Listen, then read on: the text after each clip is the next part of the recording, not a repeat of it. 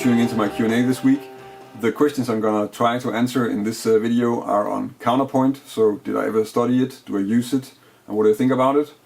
There's a question on practicing standards. So how much time should you spend practicing standards, and what's the benefits, and why should you do it? Then there's a long question about decision making while soloing. So if I have an idea about something when I start soloing, or what I'm thinking about in the solo or an ending of a solo. So that's going to be a little bit vague maybe, but that's also important to talk about these things, because I think it's an important thing to be aware of in terms of where you are with your practicing when you're trying to apply the stuff that you're working on into your solos, and how you think about it, because it also tells you something about where you are in that process. Remember that if you have a question, then leave a comment on this video, or send me a message on Facebook or Instagram or Google+, and then hopefully I can take up your question in a later Q&A. If you want to help me keep making these Q&As and weekly YouTube lessons, then please check out my Patreon page. If you support me on Patreon, I can give you something in return. You can get access to extra info from the weekly lessons, some downloadable links and exercises, and there's also a monthly chord melody arrangement. If you want to check it out, then there's a link in the description, and I'll also link to it here in the video. I hope to see you on the Patreon, and let's get to the questions. Jens, thanks so much. Someone told me 80% of my time should be spent learning standards. What's your opinion on breaking down study time? Obviously it's a bit difficult to really sort of put a percentage onto how you should split up your practice time. That's going to be different from everybody, I think, and it's also going to be different for everybody in different periods of where they are at and what they're busy with right now. And that's just natural. You can't really sort of set any rules for that, I think. But so 80% of your time learning standards is something that in many ways I agree with it. Depends a little bit on what you're sort of, how you want to interpret that. I don't think you should spend 80% of your time learning songs that you don't know already. So as soon as you know a song, you don't have to practice anymore. That's just not true. But if you say, well, 80% of your time playing standards, or that just means that you need to spend at least 80% of your time playing music, and that I really do agree with. I think it's very, very useful to spend a lot of time working on learning material, and then the material that you in terms of songs, and then also spend a lot of time with all the things that you want to use on that song. You need to spend a huge amount of time playing it and improvising to get it into your playing, and to make it a natural part of what you can use when you're performing or when you're playing with others. So, and that is really important, and you need to spend that time with it. So I think that's really okay if you spend 80% of your time, or even 90 or 95% of your time, just practicing stuff on songs.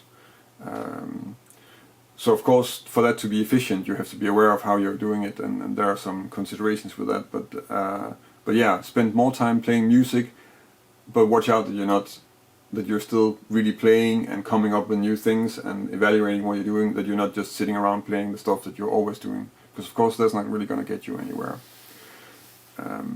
But yeah, so 80% is not really that bad, I think, if you interpret it as, in fact, just playing music and trying to apply the stuff that you're then working on in the other 20 or 10 or 25%. I think for a lot of people and I see that both for myself and also from students, that it's easy to come up with systems and start just practicing scales and stuff, because you can measure it. So you can just go, I need to practice this in all 12 keys, and then I can spend a lot of time doing that and speed up the metronome or stuff like that. And then in many ways you're better off spending more time just sort of running it slowly when you're practicing technique, and then trying to use it on a standard. And also, if you see, I don't know if I can find a link for it, but there are like videos of Pat Metheny practicing. So he'll also just sit down with a metronome on 2 and 4 and play the songs that he's always playing, really. So All the Things You Are, and the Blues in C, Turnaround. So I think it makes sense to really just keep on working and keep on improving on your ability to play. And also, if you play, so of course that's the way that you learn songs, but it's also for him, like you would imagine that by now, with 50 to 60 years of, no, not 60, but like, I don't know, 40 to 50 years of experience, and probably a lot of those also already playing All Things You Are, he can still keep on working on it. and find new things in it, and that becomes a process too, because the songs that you really know well, you have to come up with new things, and you can push yourself by playing those. So it shouldn't be spent only playing songs that you don't know. You need to, but I guess also, for me at least, I need to play the songs that I know once in a while, otherwise I just forget them. If I don't play a standard for like 5 years, then it's gonna feel weird to play it once all of a sudden. That's of course gonna be the case. So for that you can also just rotate your material and your repertoire. So that's important. Another bonus in knowing a lot of songs is also that that's what's gonna give you some ideas about how to generalize and understand how the standards and how songs are built. So if you know a lot of songs, then you can easier understand and hear what's going on in the changes, and you have a better sort of a way to generalize that information and use that when you're learning a new song. So that's important as well, I think. I think a lot of the observations I make on theory are actually coming out of just knowing. I don't know how many standards I know, but I know quite a lot, and I can just sort of recall. I compare the chord progressions in the different standards, and then I can actually sort of make some maybe almost statistical analysis out of it, and that's also what I'm using when I'm talking about theory and when I'm talking about how harmony moves, and I think it's very useful to have that. So just because it means that you can sort of sum up songs really quickly, and it makes them easier to learn and easier to play on. So for that, I think that's also very useful to check that out, and have a big repertoire and go deep. But you need to go deep enough with the songs. You have to be quite thorough. So I hope that helps a bit. I would say just go for it. Play as much music as you can. You should never spend too much time practicing scales and patterns and stuff. You need to know them, but you should always be more busy with using them. That's always going to pay off better, that's for sure. Do you ever, or have you ever used counterpoint in your playing? Have you ever found it useful if you have counterpoint and jazz? Usually when this topic comes up, then I end up stepping on some toes, because I did study counterpoint. I had to do it as part of my education. So I did a year of counterpoint lessons, and it's called something, I forget what it's called, but it's like something counterpoint, which also says a lot about how I feel about it, because I don't remember what it's called. But it is interesting. I mean, anything with music history or tradition in terms of that is of course kind of fun to be busy with. The things that I learned from it, was that worth a year of lessons? No, definitely not. So you can enjoy doing it if you think it's fun to check out, then you can check it out, but it doesn't, like practicing to write Gregorian chants and stuff like that, is not really gonna teach you too much about solos directly. So you still have to do a few steps to get it into anything that you can use for your own playing. So what you can learn from counterpoint is, of course, it's a sort of rule set, a description of certain types of melodies that work, and some that work that are less strong. And that awareness is useful, especially if you're trying to spend a lot of time like coming up with lines, which is what we do when we're improvising. So those rules are actually making a lot of sense to check out. But you can easily check them out. You could probably easily check them out away from counterpoint, really, and then just make some observations on what melodies are strong. So I did the 1 year of lessons, and I know that my guitar teachers at the time, one of them had done the same and thought it was great, and that was also why he said that all the guitar players had to do it. And the other one had also done a whole year of it and thought it was pointless a little bit, or a little bit like me. So they were split about it as well. One of my theory teachers actually managed to sort of sum up everything I learned in counterpoint in a very short conversation, actually in a few sentences, because there are not that many things that we learned that I thought were very useful. Some of the things that apply to counterpoint in Baroque music is not really something that we have to worry too much about, and are not entirely the same in jazz, but other things are important. So I think pretty much what I learned that I thought was useful in there can be summed up to being that a stepwise melody is a very strong melody, so a scale run is a strong melody, and a leap in one direction is melodically resolved by a stepwise motion in the other direction, and that's probably pretty much it actually. So if you have those, there are of course, like, Counterpoint has some rules on how you treat certain intervals within a melody, but those two are probably the most important ones. And since I can just say it like this, then that means that you don't have to do a whole year of lessons. If you compare that to a whole year of lessons, then even if it's 10 times as many rules as what I just said, then that means that you maybe want to think about if you want to study counterpoint like that. So that's just for the study of counterpoint, if you were thinking about counterpoint as a sort of theoretical study, as an area of study and something that you can check out.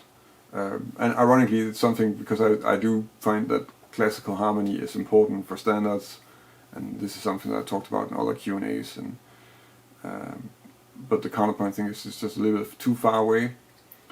And otherwise, if you don't agree with me, you can always leave a comment. That usually gives some interesting discussions. So that's if you mean the study of counterpoint. Of course, then there's the other thing which is also often associated with counterpoint, and that's polyphonic movement, so that you're just thinking in several voices. And that I do a bit, so sort of practicing, let's see, so...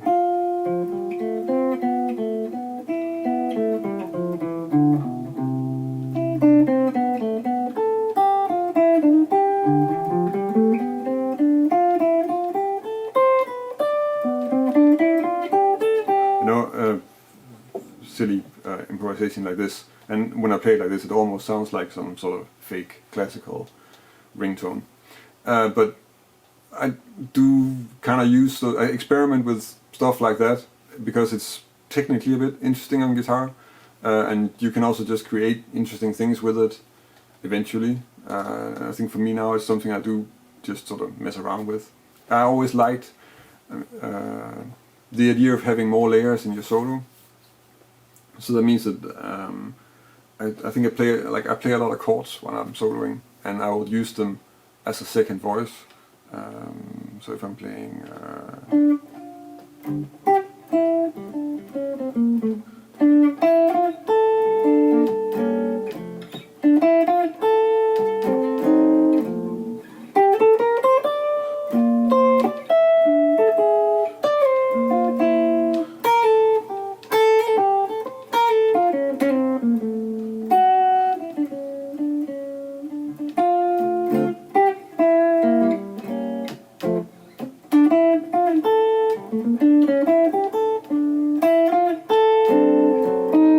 if I'm playing the theme like this, I kind of got lost in thinking too much about the counterpoint, but what is happening is, of course, that I'm really thinking about the chords that I'm using as a separate thing.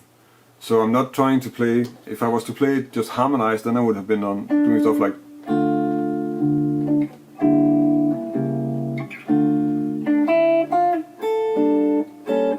And that I don't do too much, and then the difference becomes, like, I'm used to thinking like that with chords, and I'm starting to think more and more with second melodies as well. So it's gonna become,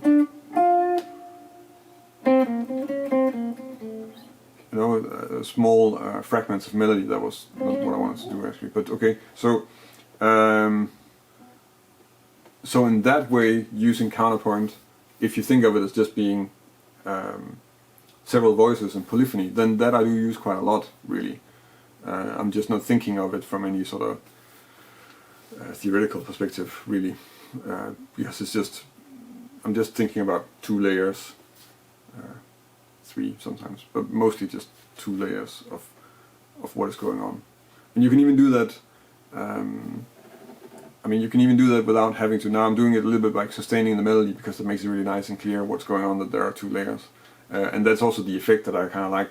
But you can still do the same thing by just having several voices. So it's okay to have like a...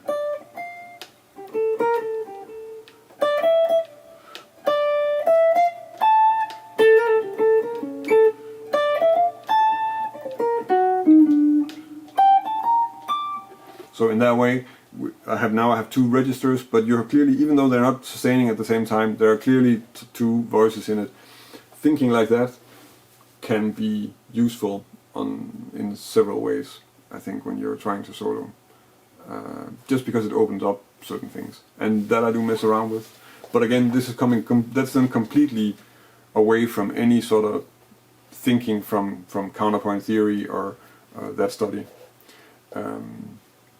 If you do want to check out some stuff about counterpoint that maybe is useful, then I'll see if I can find it again. But anyway, you should check out his channel. There's a guy called Rick Beato who covers some of the same things that I do. So there's some guitar lessons and stuff, but there's also just some stuff on harmony and film music and stuff. And it's a great channel. The stuff I've seen there's some interesting stuff going on. And there was one thing I saw, but I forget which video it is right now, but I'll look it up and see if I can put it in the description. There's something where he talks about counterpoint also. And I think, I'm not sure, I think he actually ends up only using the two rules that I just talked about, but I'm not sure about it. It could be that he's using more. I mean, there is more to do it, but I think it's important to study. Just to return to the whole discussion with counterpoint and theory and studying it, it is a bit weird that we don't actually have more rules for melody. At least I wasn't taught that many. But it's such a useful thing to do, because when if I tell students to write a solo or write licks, then they will screw up some stuff with melody, and it has to do with not knowing those rules or being aware of them. And therefore they can sometimes hear that doesn't sound good, but they can't really tell why. And knowing the rules will actually help that, I mean, that's the thing. So yeah, so that's my thing with counterpoint, and then we'll see what the comments will yield. There are probably a few people who really love counterpoint and will tell me that I'm silly, but that's at least my experience. Hi Jens, very nice playing. As I listen, a question arises that I don't know if you've addressed in any other video or Q&A. You obviously have a tremendous amount of material at your fingertips, but what are your thoughts about beginning a solo? Do you have a certain idea, lick or concept that you want to start with to get you going? As you are in the middle, do you have an idea that you want to incorporate? Do you have an idea as to how you want to end a song? These questions may or may not apply to the solo above, but are more of a in general question that could be applied to all soloing, or not, as the case may be. Making decisions when you're soloing, before you're soloing, is of course a normal thing to be aware of. I think with this thing, so there are basically three things we're talking about here. It's a little bit about how do you come into a solo, and do you make a decision before you start it, and how specific is that? And then the other thing is going to be how specific are you about ideas within the solo, and also how you are sort of concerned with ending a solo. I take it you mean a solo, not a song, in your question. So I don't think I have really that specific ideas about how I want to start. Sometimes I'll find, I mean, I publish my own solos on a weekly basis, so I record myself quite a lot, and I do notice that I actually do the same things once in a while, and I'm not aware of it. So I'm not too conscious about how I start. I really do try to, when I'm improvising, to just, if you can talk about it like that, but just turn on the flow. I think that if you have to think about what you have to play, then usually it doesn't work that well. Maybe also it doesn't feel that well to do.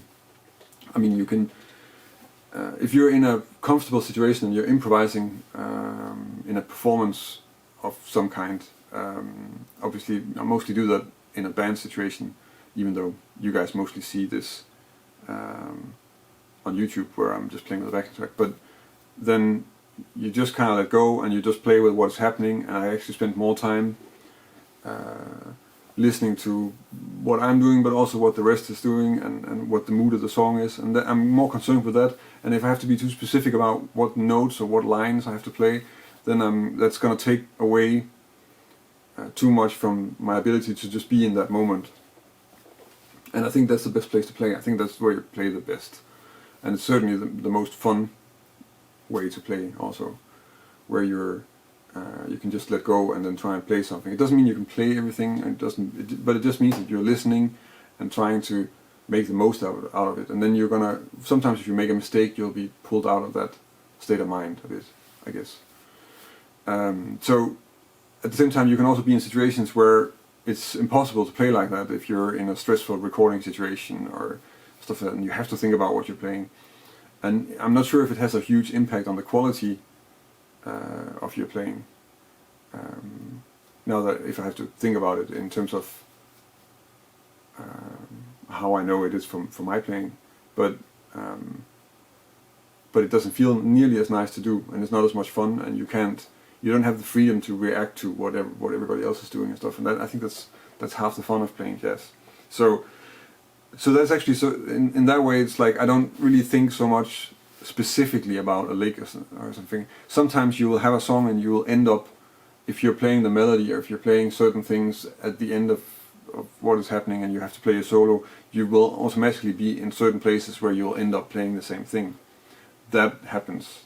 And I also realized, for instance, that with some of my own songs that I play with Trapping, that happens quite a lot actually, because there are certain things where I'm playing the theme until the very moment where I have to solo, and then there's like no real gap to go anywhere else, and I would sort of have to stop and jump somewhere else, and I just don't do that. I just play the theme, and then the last note of the theme is already the beginning of my solo, and then that means that's gonna be always starting in the same place, which is kind of annoying actually, but I didn't realize that when I wrote it. So you do have situations like that, and I think you'll have that also if you're just playing a standard, and you're always going to end in the same way. And at least the way I play, I tend to start in what is there already, and then I try to pull it in some other direction along the way in the solo. So I think it's rare that I also do, I don't like that too much, like that we just have a theme and that's played in one mood, and then the solos are going to be in a completely different mood. That's very weird to get that to make sense, I think. But maybe that's also just what I'm used to, and that's hard to say. So that's for the beginning of the solo, which means that I actually do find that I do tend to do the same kind of thing very often in solos, but I'm not really aware, and it's not a conscious choice. That's a weird answer, but that's actually true. And then if I have specific ideas that I want to use in a solo, and I guess I do,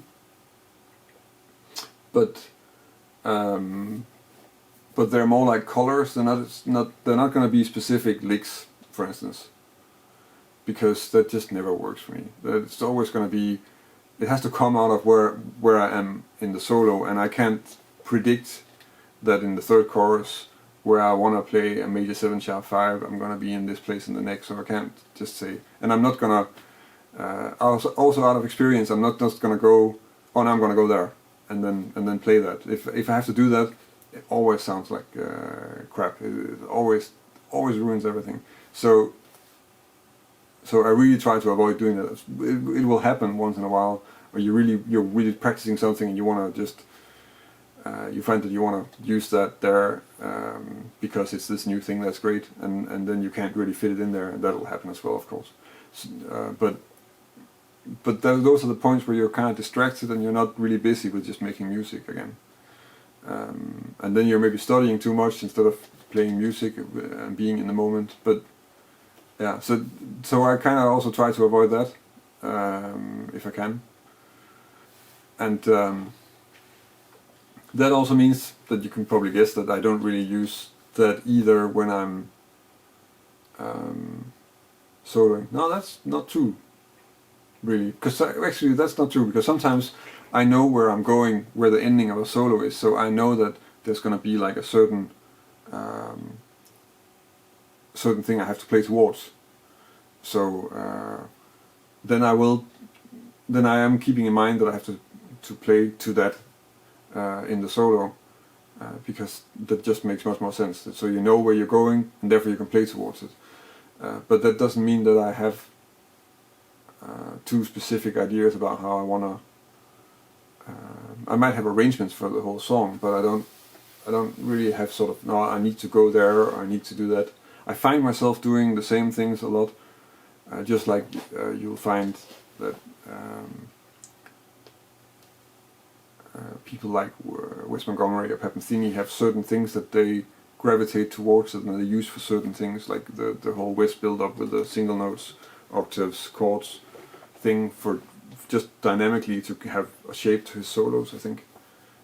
And Pat Metheny has some of those things as well.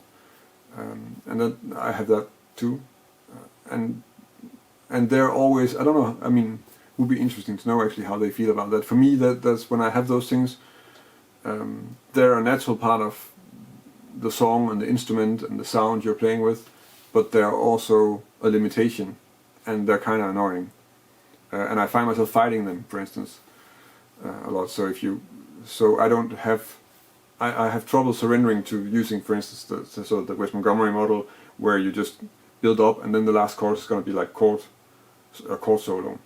And I always want to go back and forth between chord solo. And very often when I try to do that, I find myself not liking going back from the chords, just because I don't have sort of it's not as full and it doesn't work as well. And I find myself stuck in not wanting, like, hearing other things that I wanted to play that I can't play with chords. And those kind of conflicts, you can get into those. But yeah, but at the same time,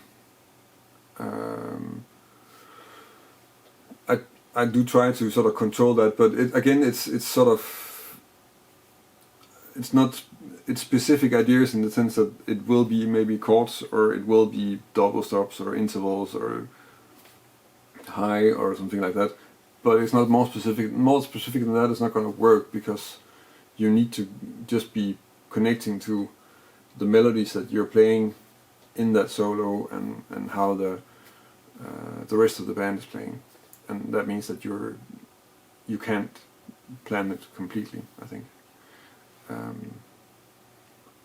So yeah, so that's, I'm not even sure you can call this a real answer. It's just how I think about these things. I think it's like interesting things to think about, because I mean, even while answering this question, I just realized that actually my answer was not what I thought it would be when I started, when I turned on the camera. So so that's kind of funny, but at the same time, I think you can also tell, like, I'm not really thinking. I am conscious of it, but not while I'm soloing, and I'm trying not to really be busy with that when I'm soloing, because for me, the ideal state of mind is just being busy with the music. I think it's Pat Metheny who said something about that when he's really sort of in the zone, then he's just listening, and he's not really